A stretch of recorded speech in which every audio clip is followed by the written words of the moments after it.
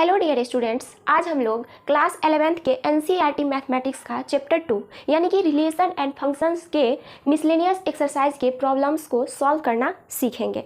तो सबसे पहला जो प्रॉब्लम है वो ये है, the relation f is defined by f of x is equal to x square when x is greater than and equal to 0 and less than and equal to 3। fx is equal to 3x when x is greater than and equal to 3 and less than and equal to 10। ये एक function इस the relation, ये एक relation इस तरीके से define है और एक अनदर रिलेशन g इस तरह से डिफाइन है। तो हमें क्या दिखाना है, so that f is a function and g is not a function. हमें दिखाना है कि ये जो रिलेशन है f जो रिलेशन है ये एक फंक्शन है, जबकि ये जो रिलेशन है g फंक्शन नहीं है। ये हमें दिखाना है। तो हम लोग जानते हैं कि कोई भी रिलेशन फंक्शन कब होता है, तब होता है कोई भी रिलेशन फंक्शन अगर वह जिस सेट से जिस सेट में डिफाइन होता है तो पहले वाले सेट के प्रत्येक एलिमेंट का सेट सेकेंड वाले सेट में इमेज हो। कोई भी एलिमेंट नहीं छूटना चाहिए, मीन्स सारे के सारे एलिमेंट का दूसरे वाले सेट में इमेज होना चाहिए और वो इमेज यूनिक होना चाहिए। मीन्स किसी एक एलिमेंट का दो इमेज सेकेंड वाले सेट में नहीं होना चाहिए। अगर इस कंडीशन को कोई रिलेशन सेटिस्फाई करता है तो वो रिलेशन फंक्शन हो जाएगा। तो आइए हम लोग देखते हैं इस फंक्शन के लिए, इस रिलेशन के लिए। ये जो रिलेशन है इसमें देखिए सेट, ये जो सेट है फर्स्ट वाला सेट, इसमें x का एलिमेंट होता है और सेकेंड वाले सेट में fx का एलिमेंट्स होते हैं। ओके, तो x के लिए हम क्या क्या रखते हैं, 0 से लेके 3 तक के नंबर्स को रख के देखते हैं। तब आप देखिएगा कि आपको f ऑफ x का वैल्यू क्या मिलता है। x और ये f ऑफ x 0 या 0 से बड़ा 3 या 3 से छोटा अगर लीजिएगा तो आपको f of x is equal to x square मिलेगा। तो सबसे पहले हम लोग 0 रखेंगे, 1 2 और 3 रखेंगे। ओके, तो 0 है तो 0 का स्क्वायर क्या होगा, 0 का स्क्वायर इज इक्वल टू 0, क्योंकि जब हम 0 से लेके 3 तक रखते हैं ना तो हमें उसका स्क्वायर, उसका इमेज मिलेगा। 1 का स्क्वायर इज इक्वल टू 1, 2 का स्क्वायर इज इक्वल टू 4, 3 का square is equal to 9। Means 0 का इमेज 0, 1 का इमेज 1, 2 का इमेज 4 और 3 का इमेज 9 मिला। अब जरा इस कंडीशन को देखिए, जब आप 3 या 3 से बड़ा नंबर लेते हैं और 10 या 10 से छोटा तो आपको इसका इमेज 3 इंटू वो नंबर मिलता है। कैसे, जरा देखिए। अब आप सेकेंड वाले कंडीशन चलिए, x का वैल्यू आप 3 लीजिए, फिर 3 से लेके 10 तक लेना है, 4 5 6 7 8 9 और 10 ये नंबर लिए आप। तो इसका जो इमेज होगा f of x is equal to 3x, तो 3 इंटू 3 इसका इमेज ये हो जाएगा 9, इसका image 3 into 4 is equal to 12, इसका image 3 into 5 is equal to 15, इसका image 3 into 6 is equal to 18, इसका image 3 into 7 is equal to 21, इसका इमेज इसी तरीके से 24 27 30। तो इस तरीके से आप लोग देख सकते हैं कि प्रत्येक एलिमेंट का एक इमेज है। 0 का एक इमेज बस 0 है, 1 का एक इमेज 1 है, 2 का एक इमेज 4 है और 3 का एक ही इमेज 9 है। और यहाँ पर भी देखिए सेकंड वाले कंडीशन में भी 3 का एक ही इमेज है जो कि 9 है। ओके, 4 का भी एक ही इमेज है, मतलब प्रत्येक एलिमेंट का एक ही इमेज है। ओके, अब इसमें देखिए फर्स्ट वाले कंडीशन में भी 3 लिया हुआ था और सेकंड वाले कंडीशन में भी x का वैल्यू 3 लिया हुआ था। तो फर्स्ट वाले कंडीशन के अकॉर्डिंग भी 3 का इमेज 9 मिला और सेकंड वाले कंडीशन के अकॉर्डिंग भी 3 का इमेज 9 मिला। दो अलग अलग रियल नंबर्स नहीं मिले, मीन्स एक ही इमेज है, प्रत्येक एलिमेंट का एक ही इमेज है। इसका मतलब है कि ये जो रिलेशन है f ये एक फंक्शन है और यही तो हमें दिखाना है। तो हम लिख देंगे hence f is a function, hence f is a function because every element of set A has one and only one image in set B। Okay, इस तरह से हम लोग यहाँ पे बोल सकते हैं। और हाँ, यहाँ पे क्वेश्चन में ये क्लियर नहीं किया हुआ है कि x क्या है, नेचुरल नंबर है या रियल नंबर है या क्या है। तो देखिए हम यहाँ पे नेचुरल नंबर लिए हैं, आप रियल नंबर भी ले सकते हैं। मतलब 0 और 1 के बीच में infinite number of real numbers होंगे, उन रियल नंबर्स का इमेज उसका स्क्वायर करके मतलब एक ही इमेज मिलेगा। हमें मेन जो मुद्दा था वो ये देखना था कि 3 का इमेज क्या क्या हो सकता है, क्योंकि 3 दोनों वाले कंडीशन में था। तो 3 का इमेज हमेशा दोनों कंडीशन के अकॉर्डिंग हमें एक ही नंबर 9 मिला। इसका मतलब एक एलिमेंट का सिर्फ एक इमेज है, इसीलिए f जो है वो एक फंक्शन है। ओके, तो ये तो बात हो गया। अब हम बात करेंगे दूसरे रिलेशन g के बारे में। यह रिलेशन दिया हुआ, इस रिलेशन को चेक करके देखते हैं कि क्या ये रिलेशन फंक्शन है। तो देखिए सबसे पहले हम क्या करेंगे, x का वैल्यूज जो दिया हुआ है उसके अकॉर्डिंग f ऑफ x का वैल्यूज निकालेंगे, और अगर f ऑफ x का वैल्यू प्रत्येक x के लिए यूनिक होगा तो g एक फंक्शन हो जाएगा, नहीं तो वो रिलेशन ही रहेगा। x g of x, x का वैल्यू क्या लेना है, 0 से 2 तक पहले लीजिए, 0 1 और 2। उसका इमेज आपको क्या मिलेगा, gx, उसका स्क्वायर मतलब x का स्क्वायर, 0 का स्क्वायर इज इक्वल टू 0, 1 का स्क्वायर इज इक्वल टू 1, 2 का square is equal to 2। Okay, first condition के अकॉर्डिंग। अब सेकेंड वाले कंडीशन में क्या है, 2 और 2 से बड़ा 10 और 10 से छोटा नंबर्स का इमेज उस नंबर के 3 गुना के बराबर है। तो देखिए x के जगह पे आपको क्या लेना है, 2 से लेके 10 तक, 2 3 4 5 6 7 8 9 और 10। तो f ऑफ x नहीं, यहाँ पे g ऑफ x है, फंक्शन है यहाँ पे g ऑफ x। तो यहाँ पे 2 इंटू 3 हो जाए, क्यों 3 मतलब हर जो भी इसके अंदर एलिमेंट है उसका 3 गुना उसका इमेज है। तो 3 into 2 is equal to 6, 3 into 3 is equal to 9, 3 into 4 is equal to 12।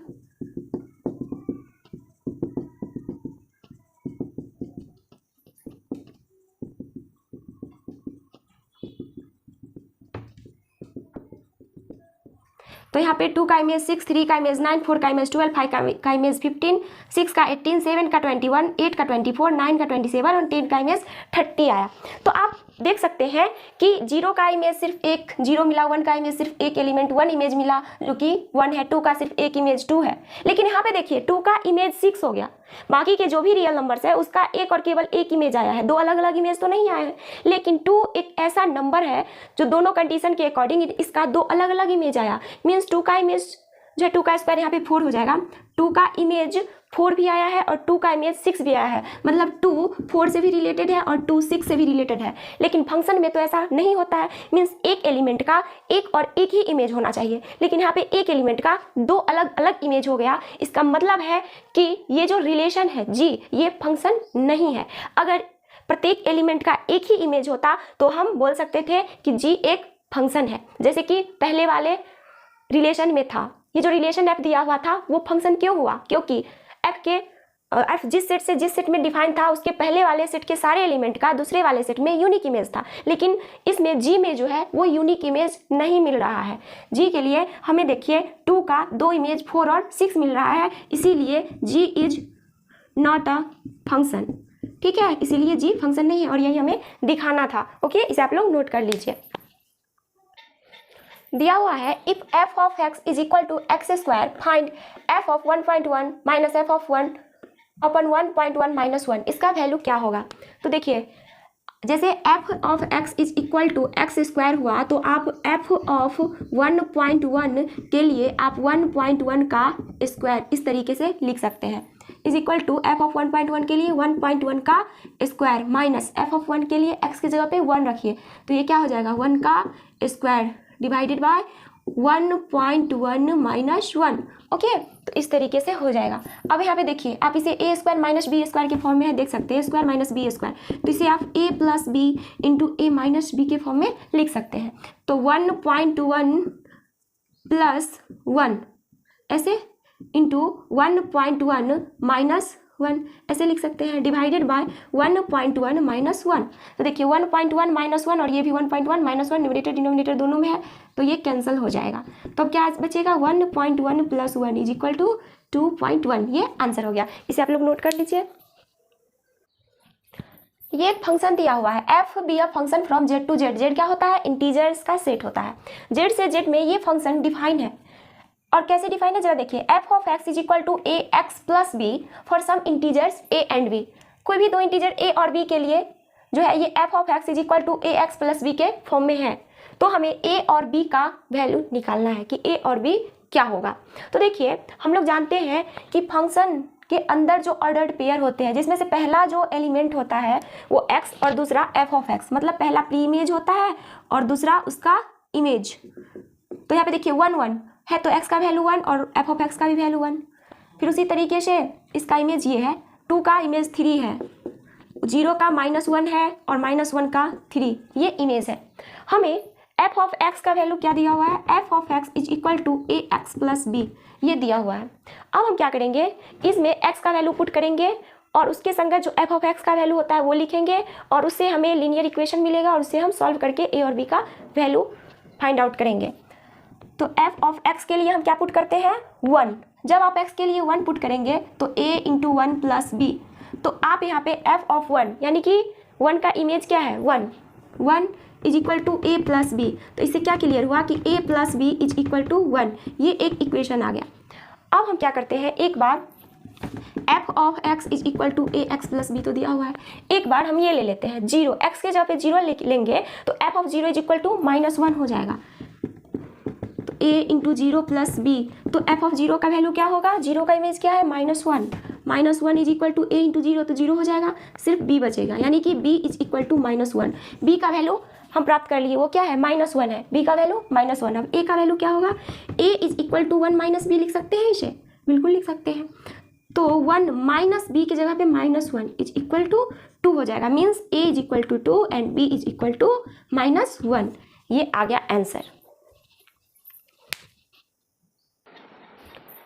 Let R be a relation from n to n defined by R is equal to this. Are the following true? हमें एक relation R जो कि natural number के set से natural number के set पे ही defined है, इस तरीके से ये नेचुरल नंबर का सेट है और ये भी नेचुरल नंबर का सेट है। इस तरीके से एक रिलेशन F डिफाइंड है, रिलेशन R डिफाइंड है। देखिए ए बी रिलेशन के अंदर जो है ए बी, ए क्या होता है फर्स्ट वाले सेट का एलिमेंट और बी क्या होता है सेकंड वाले सेट का एलिमेंट, मीन्स ए बी का प्री इमेज होता है और बी ए का इमेज होता है, ये सब हम लोग जानते हैं। ए बी और नेचुरल नंबर होगा तो नेचुरल नंबर होगा ही, क्योंकि दोनों नेचुरल नंबर के सेट पे डिफाइन है, रिलेशन नेचुरल नंबर के सेट पे डिफाइन है, तो ए और बी नेचुरल नंबर होगा, वही दिया हुआ है कि ए और बी नेचुरल नंबर है। और A is equal to B square, A जो है वो बी क्या स्क्वायर है, मीन्स प्री इमेज जो है वो इमेज का स्क्वायर होगा, मीन्स प्री इमेज का वैल्यू ज़्यादा होगा और इमेज का वैल्यू कम होगा। और चूंकि नेचुरल नंबर है तो ज़रा देखिए, नेचुरल नंबर है तो क्या होगा 1 का इमेज 1 होगा, ओके। फिर हम लोग लेंगे क्योंकि प्री इमेज जो है ना वो इमेज का स्क्वायर है, तो 2 का प्री इमेज क्या होगा 4 होगा, 3 का प्री इमेज क्या होगा 9 होगा, 4 का प्री इमेज 16, 5 का प्री इमेज 25, 6 का प्री इमेज 36, 7 का प्री इमेज 49 और इसी तरीके से चलते जाएगा। ये इमेजेस है, ये ए का वैल्यू ये है और ये बी का वैल्यूज है, ये इस तरह से 1, 4, 9, 16, 25, 36, 49 इस तरीके से ये नेचुरल नंबर, ये सब तो नेचुरल नंबर ही है ना, इस तरीके से ये आगे बढ़ते जाएगा और बी जो है ये नेचुरल नंबर का सेट आते जाएगा जो कि इसका प्री इमेज है। इस तरीके से ये रिलेशन डिफाइन है। हमसे क्या पूछा जा रहा है कि ये जो 3 स्टेटमेंट दिया हुआ है क्या ये स्टेटमेंट सही है, आप इसे बताइए, एग्जाम्पल की सहायता से समझाइए। तो देखिए यहाँ पे दिया हुआ है कि A belongs to R for all A belongs to N, मतलब नेचुरल नंबर में नेचुरल नंबर के सेट में जो भी नंबर्स है उन नंबर्स के लिए ए बिलोंग्स टू आर, मतलब एक ही जैसा नंबर क्या आर का एलिमेंट होगा। तो आर का एलिमेंट तो सिर्फ और सिर्फ ऐसे ऑर्डर्ड पेयर होंगे जिसमें फर्स्ट वाला एलिमेंट सेकंड वाले एलिमेंट का स्क्वायर होगा। तो यहाँ पे क्या दिया हुआ है कि ए बिलोंग्स टू, तो ए की जगह पे आप 3 ले लीजिए मान के चलिए, तो 3 क्या ये आर का एलिमेंट होगा।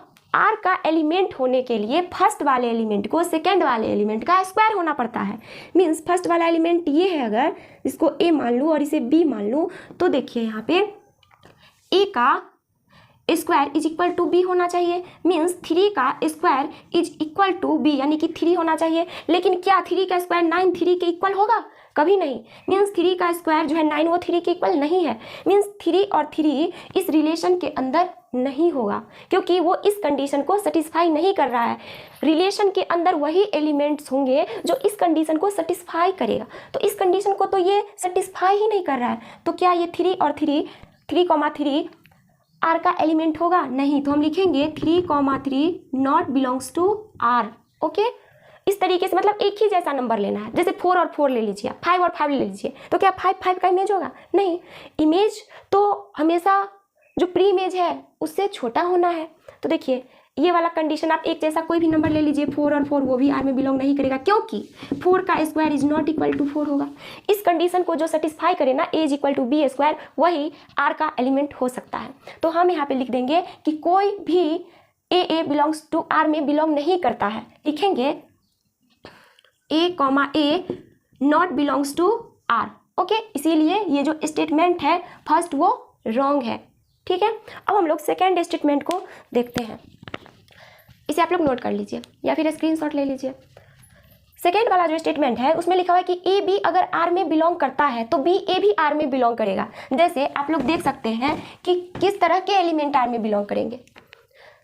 जैसे कि 4 टू आर में बिलोंग करेगा, क्योंकि पहला वाला एलिमेंट दूसरा वाले एलिमेंट का स्क्वायर है, इसीलिए ये आर में बिलोंग करेगा। तो कह रहा है कि अगर ए बी आर में बिलोंग करता है, अगर 4 का वैल्यू ए है, ए का वैल्यू 4 और बी का वैल्यू 2 है, तो ए बी आर में बिलोंग करता है तो बी ए भी आर में बिलोंग करेगा। क्या ये सही है? चलिए चेक करते हैं। B a means 2 4 belongs to R, होगा या नहीं? तो देखिए, हमें तो फर्स्ट वाला जो एलिमेंट है वो सेकेंड वाले एलिमेंट का स्क्वायर होना चाहिए। तो क्या यहाँ पे फर्स्ट वाला एलिमेंट सेकेंड वाले एलिमेंट का स्क्वायर है? मीन्स फर्स्ट वाला एलिमेंट 2 4 का स्क्वायर है। 4 का स्क्वायर तो 16 होता है। मीन्स क्या 16 है फर्स्ट वाला एलिमेंट? नहीं है। तो जब फर्स्ट वाला एलिमेंट 16 नहीं है, मीन्स 4 का स्क्वायर फर्स्ट वाला एलिमेंट नहीं है। या फिर ये भी बोले कि ए जो है वो बी का स्क्वायर नहीं है। ए जो है ये A2 वो बी का स्क्वायर नहीं है। इसका क्या मतलब? इसका ये मतलब हुआ कि ये जो स्टेटमेंट लिखा हुआ है वो गलत लिखा हुआ है। ओके, तो यहाँ पे हम लिख देंगे कि ये भी गलत था और ये भी गलत है। अब हम लोग लास्ट स्टेटमेंट की ओर आते हैं। सबसे लास्ट वाला स्टेटमेंट को देखिए। अब आप लोग a b belongs to R, कोई भी हम नंबर ले सकते हैं ए बी की जगह पे, क्योंकि लिखा हुआ ए बी कोई भी नेचुरल नंबर है, ले सकते हैं। A b belongs to R, B c belongs to R, कोई भी 2 नेचुरल नंबर ले लीजिए बी सी, जैसे कि जो कि आर में बिलोंग करता हो। तो आप 36 और 6 ले लीजिए बिलोंग टू आर। ठीक है ना, इस तरीके से है। तो ये आप देख सकते हैं कि ये दोनों ऑर्डर्ड पेयर आर में बिलोंग करता है। अगर ये ए और ये बी और ये सी को रिप्रेजेंट करता है, ए बी और C, A B belong to R, B C belong to R, तो क्या ए और सी आर में बिलोंग करेगा? यहाँ पे एक और एग्जांपल आप इस तरीके से ले सकते हैं। जैसे मान लीजिए आप क्या करिए, देखिए 16 और 4 आर में बिलोंग करता है। ठीक है, उसके अलावा 4 और 2 आर में बिलोंग करता है।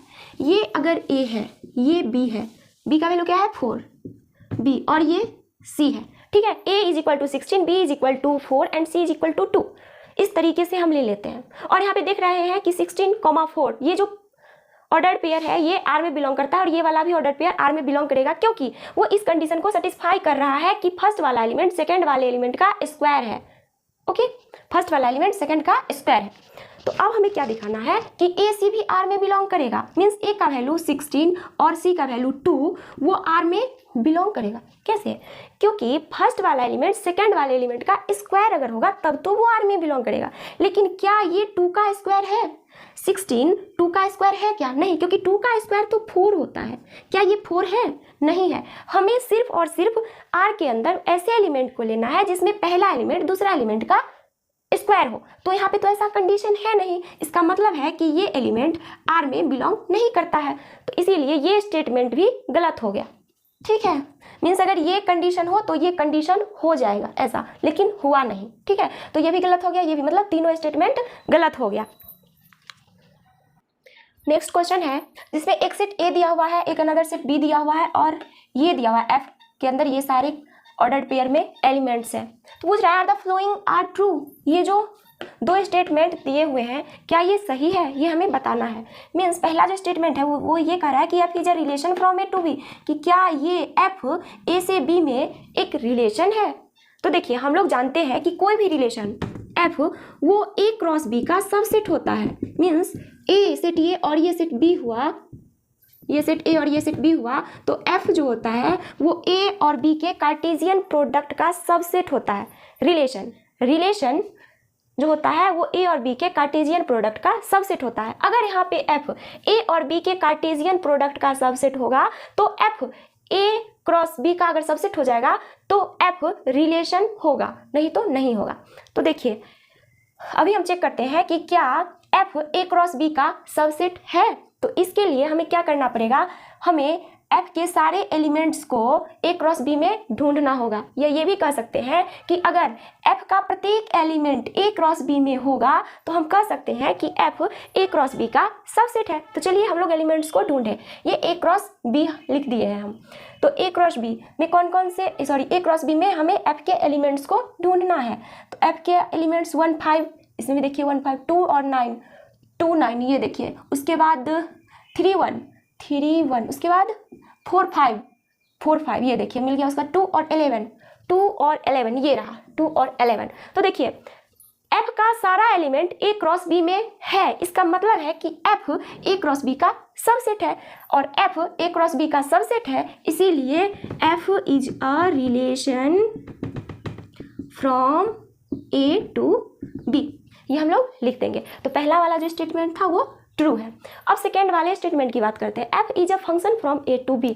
अब F फंक्शन है या नहीं, ये कैसे चेक होगा। अगर सेट A के प्रत्येक एलिमेंट का सेट B में इमेज हो और वो इमेज यूनिक हो, तब हम कह सकते हैं कि F A से B में एक फंक्शन है।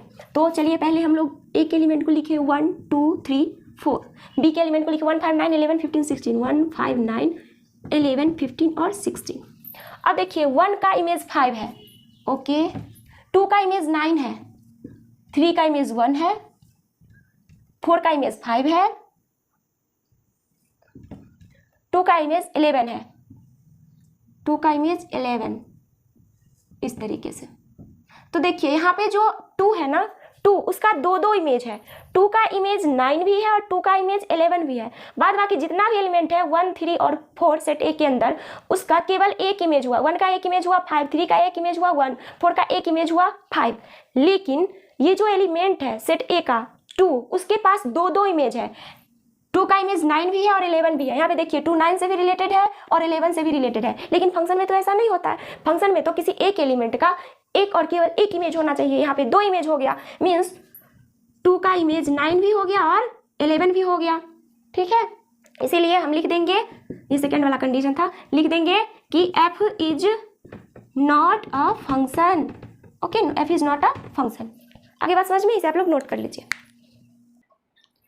यहाँ पे F भी the subset of Z cross Z, Z cross Z का सबसेट है F, मीन्स ये जो F है वो Z क्रॉस, ये यहाँ पर जो सेट है ये Z मीन्स इंटीजर का सेट है और ये भी इंटीजर का सेट है, मीन्स F का डोमेन और को डोमेन दोनों इंटीजर्स का सेट है। लेकिन यहाँ पे क्या दिया हुआ है कि सबसेट F जो है वो इसका Z क्रॉस Z का सबसेट है, ठीक है। तो हम लोग जानते ही हैं कि कोई जो रिलेशन होता है वो दोनों सेट के कार्टेशियन प्रोडक्ट का सबसेट होता है, और रिलेशन एक स्टैंडर्ड टाइप ऑफ फंक्शन के फॉर्म में हम लोग जानते हैं। जैसे कि कोई भी रिलेशन जो है एक स्पेशल टाइप के रिलेशन को फंक्शन कहते हैं। तो यहाँ पे जो है F, ये जो है फंक्शन, वो Z से Z में डिफाइन है इस तरह से, और दिया क्या हुआ है कि F is equal to AB, A plus B।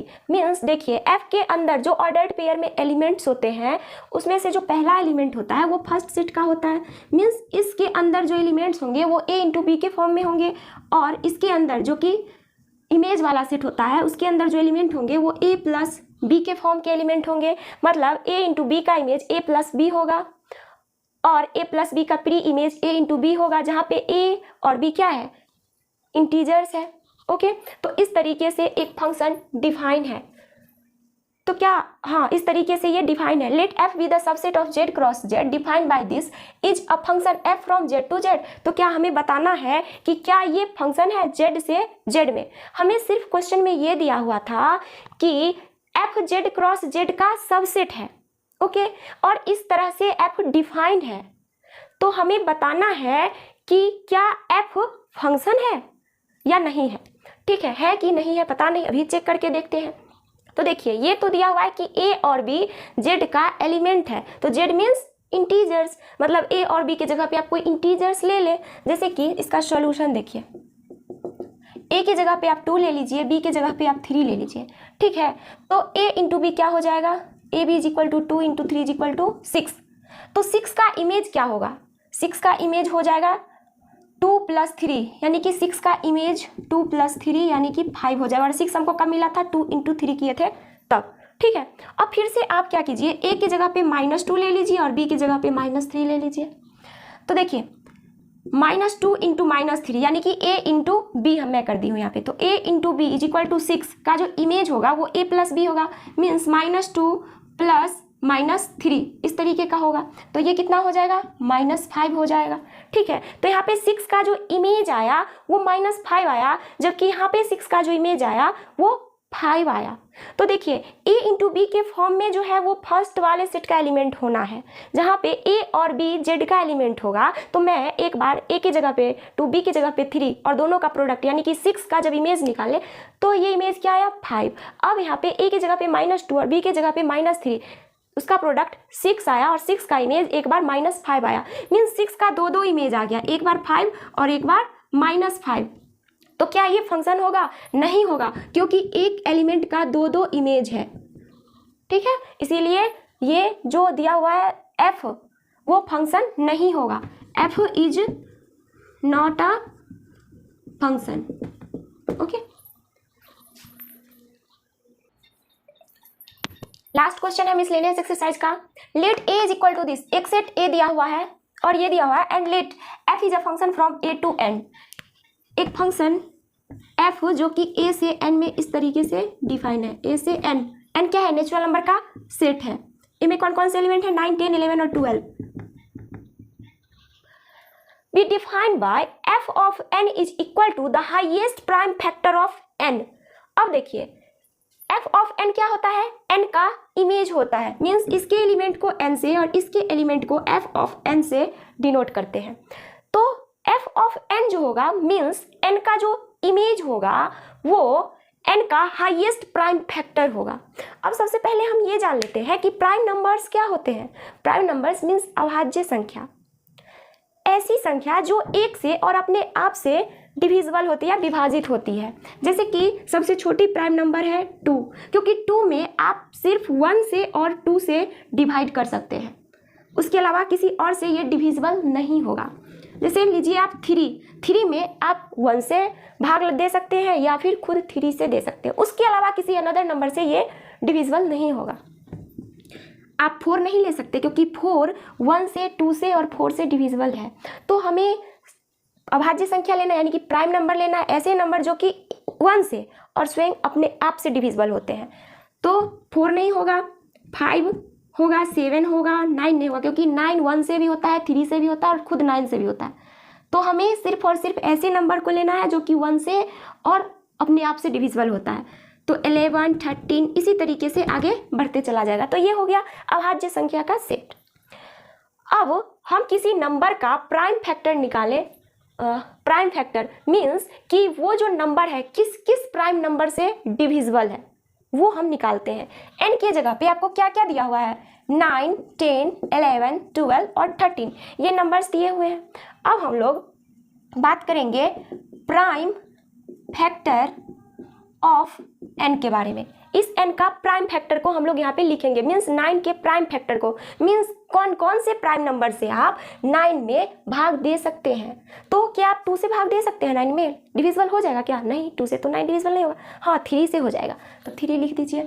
उसके बाद 5 से होगा क्या, 9 नहीं, 7 से भी नहीं, 11 से भी नहीं, 13 से भी होगा ही नहीं डिविजिबल। सिर्फ और सिर्फ 3 ही ऐसा प्राइम नंबर है जिससे 9 डिविजिबल हो जाएगा।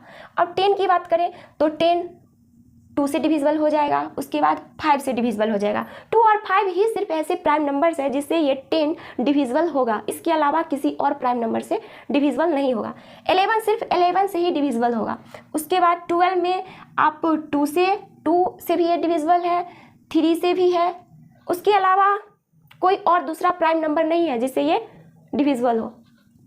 13 सिर्फ 13 से डिविजिबल है। ओके, तो ये तो प्राइम फैक्टर ऑफ n हो गया, लेकिन हमें f ऑफ n क्या चाहिए, हाईएस्ट प्राइम फैक्टर। उस प्राइम फैक्टर में से जो हाईएस्ट नंबर होगा ना वो, तो ये तो खुद अकेले है, इसमें बड़ा क्या छोटा क्या, तो ये 3, इसका हाईएस्ट 5, इसका हाईएस्ट खुद 11, इसका हाईएस्ट 3 और इसका हाईएस्ट 13।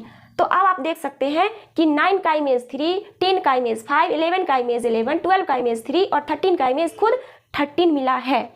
ठीक है, तो देखिए 9 का इमेज क्या था, 3, ओके, उसके बाद 10 का इमेज 5, 11 का इमेज खुद 11 और 12 का इमेज 3 और 13 का इमेज 13 भी है ना इसमें, 13 का इमेज खुद 13। ओके, तो यहाँ पे देख सकते हैं ये तो पहले ही दिया हुआ है कि फंक्शन है, मीन्स सेट के प्रत्येक एलिमेंट का सेकेंड वाले सेट में यूनिक इमेज है। तो हमें क्या पूछ रहा है, find the range of F, F का रेंज बताइए। तो ये सारा तो इमेज वाला जो सेट है वही रेंज होता है, तो हम लिखेंगे range of f is equal to 3, 5, 11, 13। Okay, तो ये हो गया रेंज। देखिए आज हम लोग इस चैप्टर को यहीं पे ख़त्म करते हैं। अब हम लोग एक न्यू चैप्टर को शुरू करेंगे। आज के लिए इतना ही, थैंक यू।